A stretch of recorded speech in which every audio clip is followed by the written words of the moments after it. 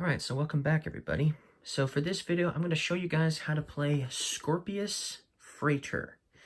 This is a very interesting game. It has a lot of interesting choices for sure. So I'm going to show you guys how to play this game. It's a lot of fun. So the object of the game is we're trying to get fame. We are working under the radar. The government controls everything, and we work for the government. And so while we still work for the government and do our assigned jobs for the government, we are trying to basically either earn fame or popularity, money, that kind of stuff, based on smuggling goods, because we're trying to keep our extracurricular activities secret from the government. Okay, that's what we're trying to do. We're trying to get money to do that, make money basically, and by smuggling goods and things like that. And we can get a lot of victory points or fame, that kind of thing, by doing things like side deals, also completing contracts. We can get a lot of points that way. So we're going to try to focus on trying to complete contracts and complete some side deals as well. But to do that, we need goods. We can't just we can accept a contract.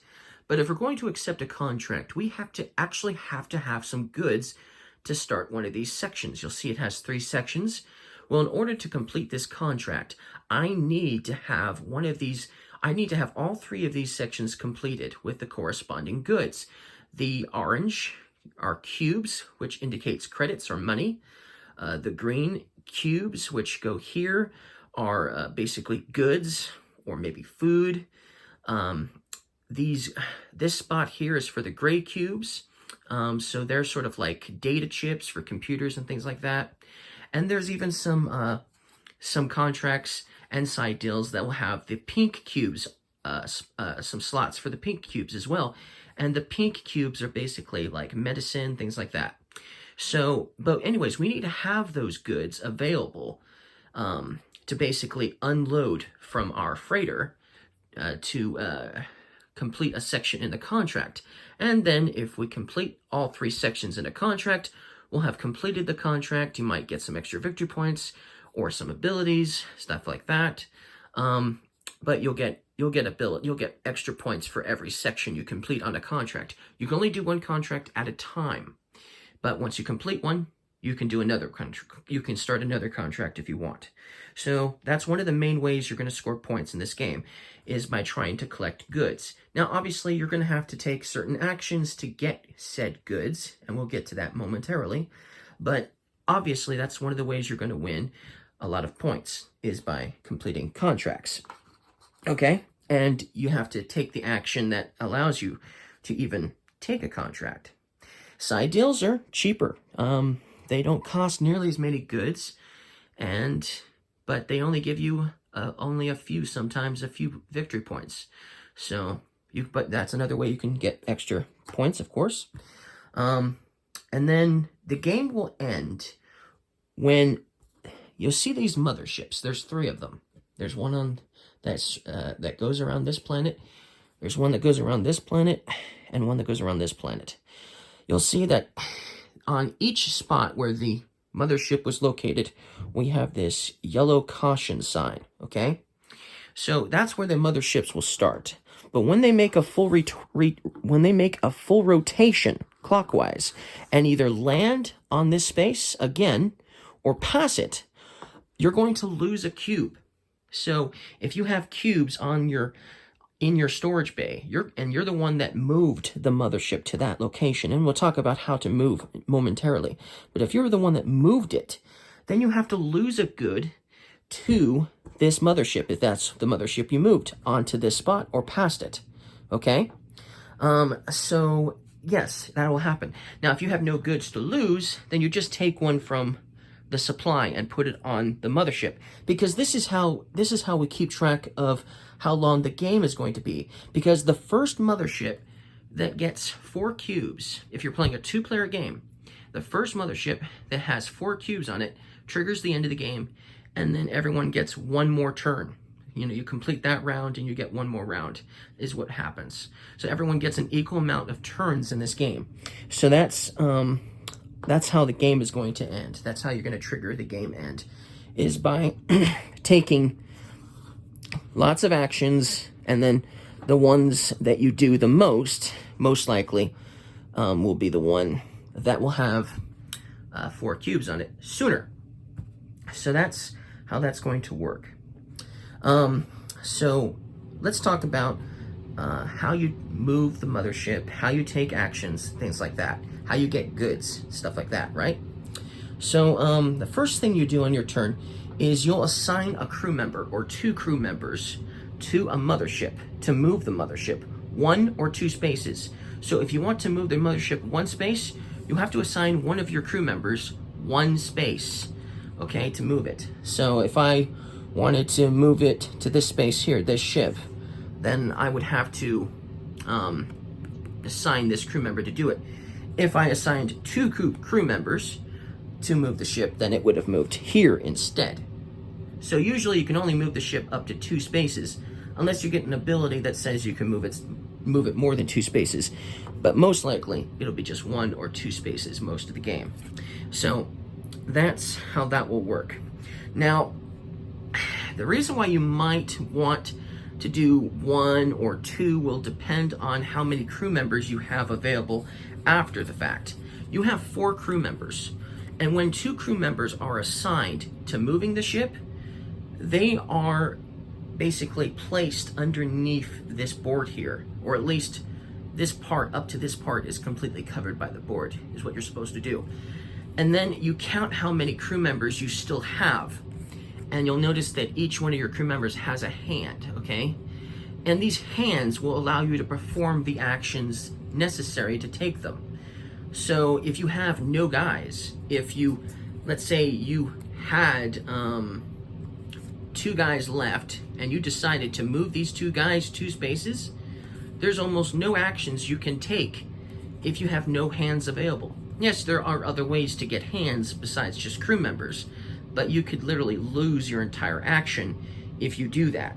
So you're going to want to obviously mitigate that, and obviously think about your choices that you can possibly make.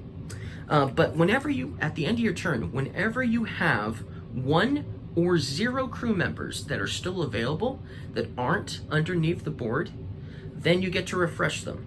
So that means that the first action you take, if you were to just assign 1 crew member to move a ship, that means your next turn you'd only have 3 crew members left.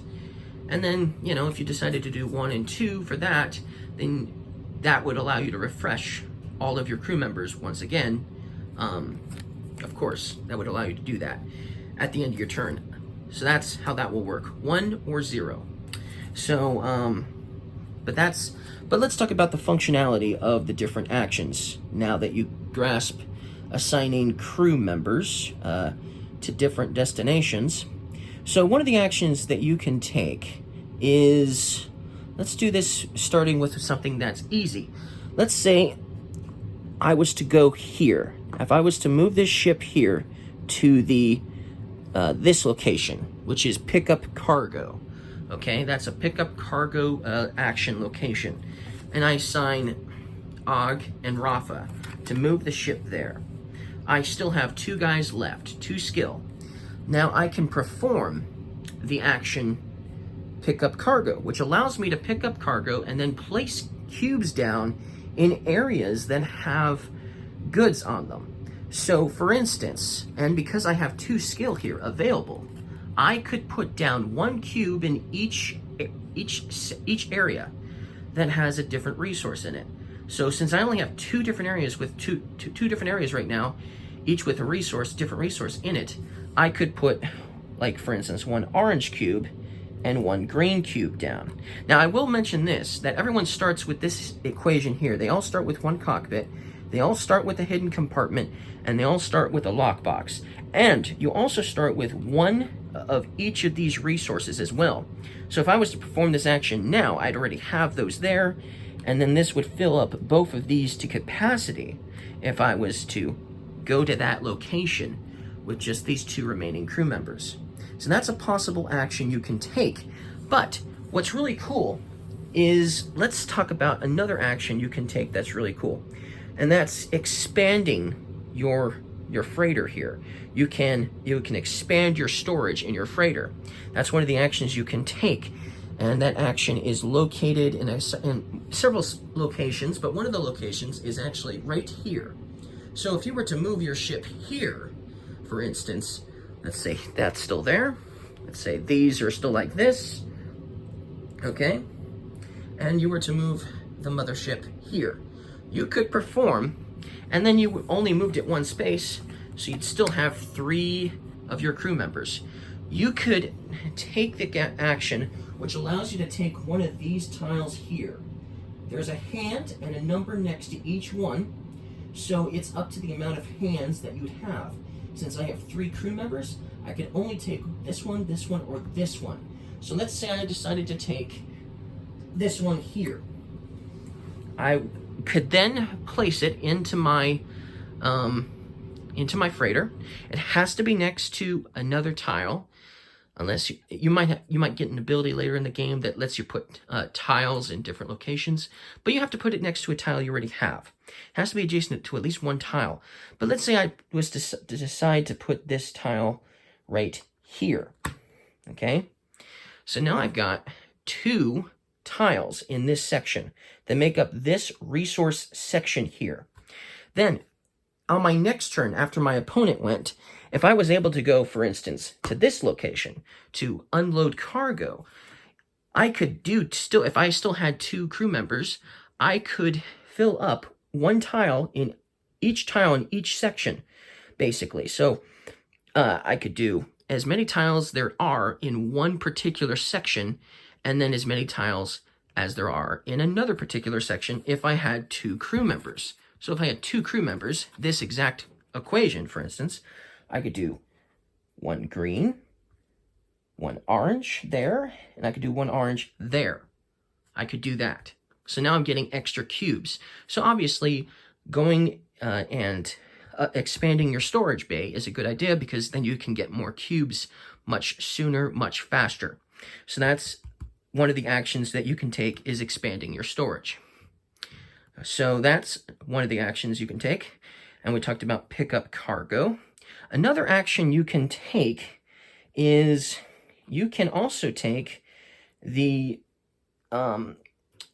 operate freighter action.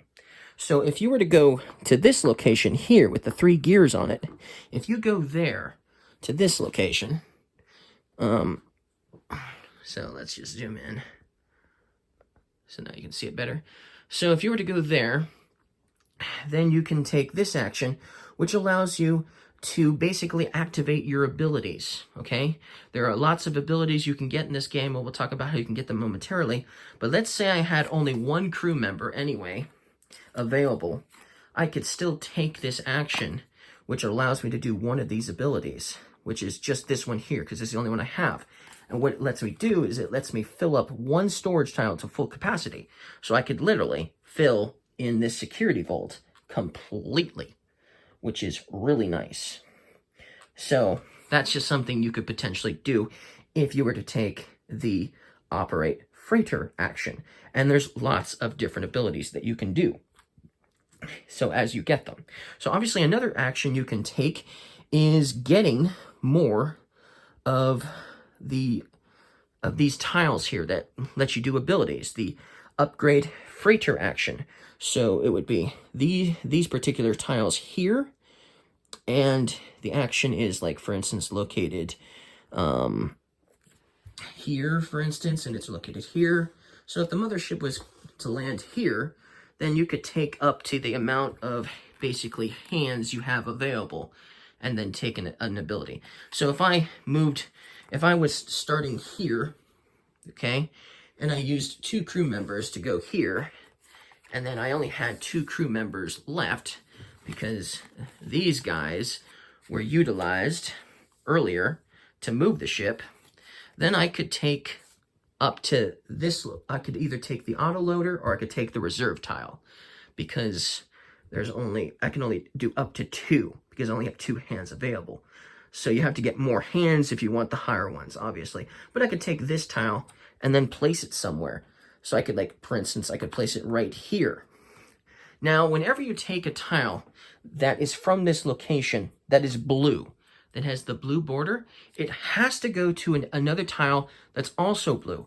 So if I'm going to take nanobots, I'd have to place it either here, because it's next to the cockpit, or I'd have to place it here, because the cockpit is also blue.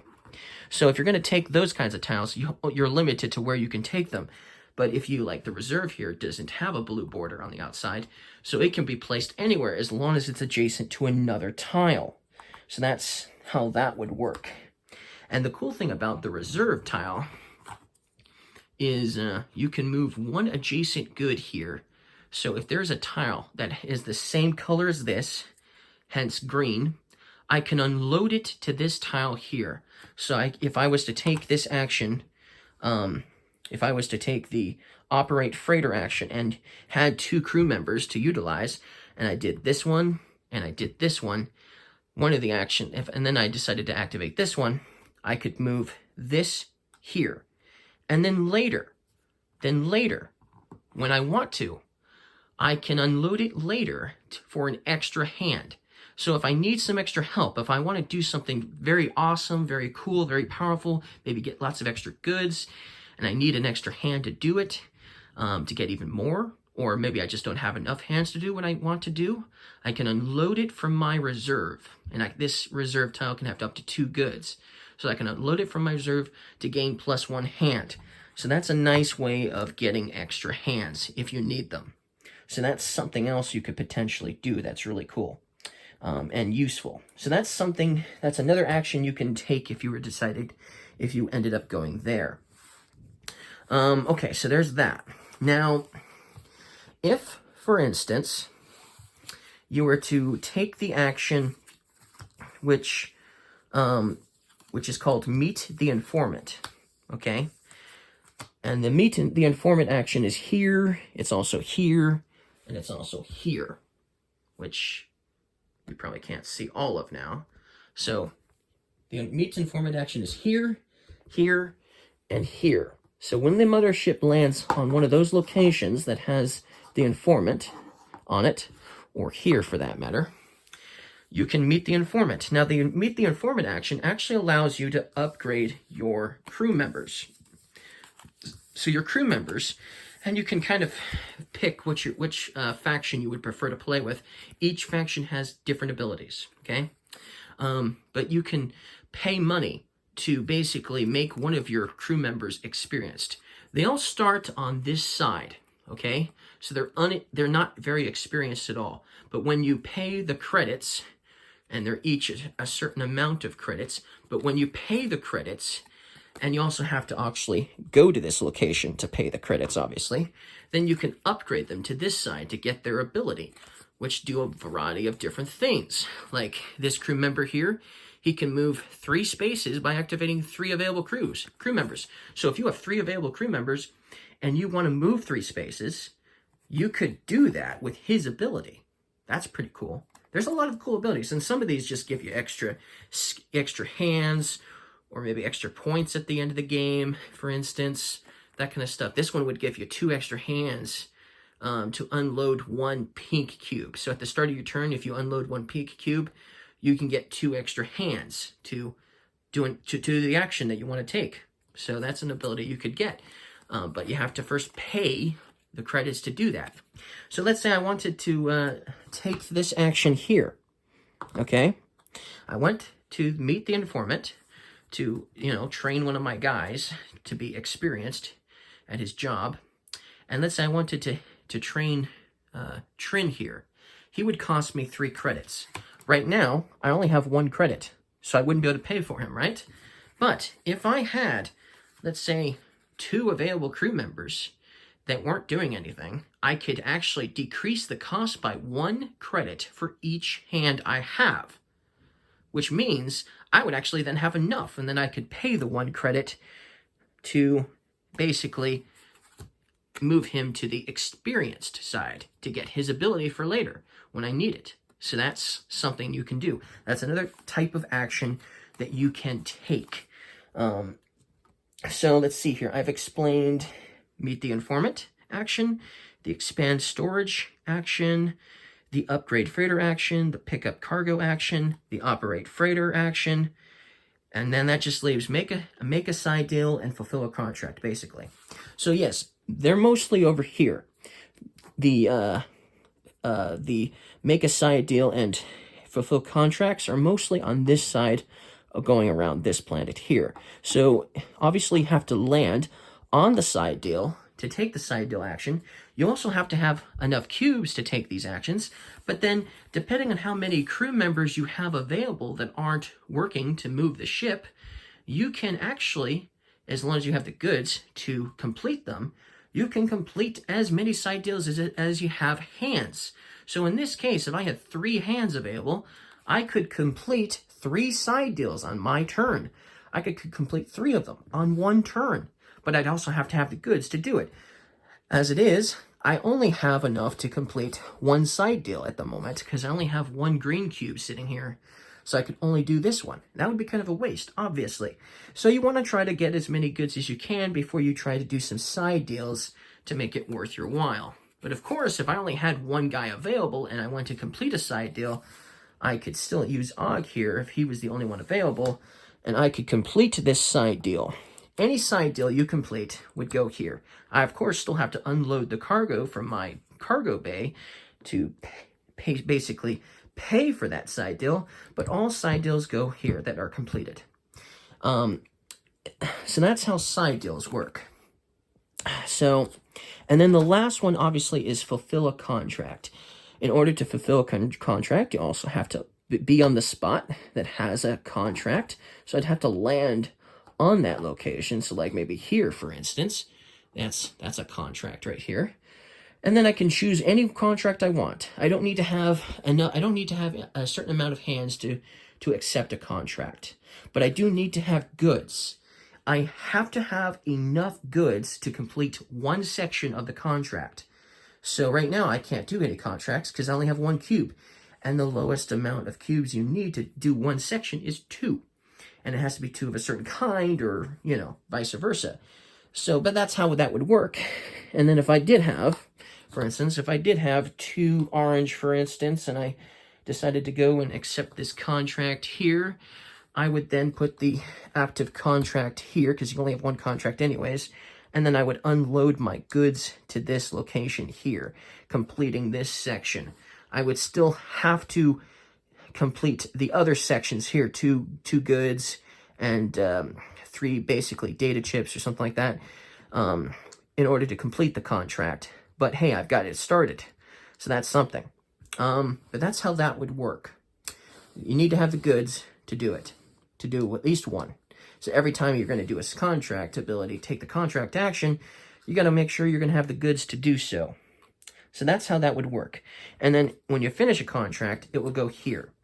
So you can have multiple contracts completed at the end of the game. So that's basically how you take actions, how you move the mothership around. I talked about some of the abilities that you could potentially do. There's a lot of different abilities in this game. There's lots of crew member abilities. There's lots of abilities here that go into your, obviously, your cargo bay, your freighter. And then the points. So at the end of the game, the player who has the most points will win, obviously. If you have any cubes on tiles that are in your cargo bay, for every cube you have, you get an additional point. So if I only had 1 cube here, that means only 1 point for me. So if you so it's not a total loss. If you weren't able to utilize all of your cubes at the end of the game, you're still getting victory points for the unused cubes. So that's something, right? But then you can get points for your side deals, your contracts, certain crew members will give you points, that kind of thing. But that's pretty much how you play Scorpius Freighter. So if you guys liked my how to play video, don't forget to leave me a like, and I'll see you guys again next time. Goodbye.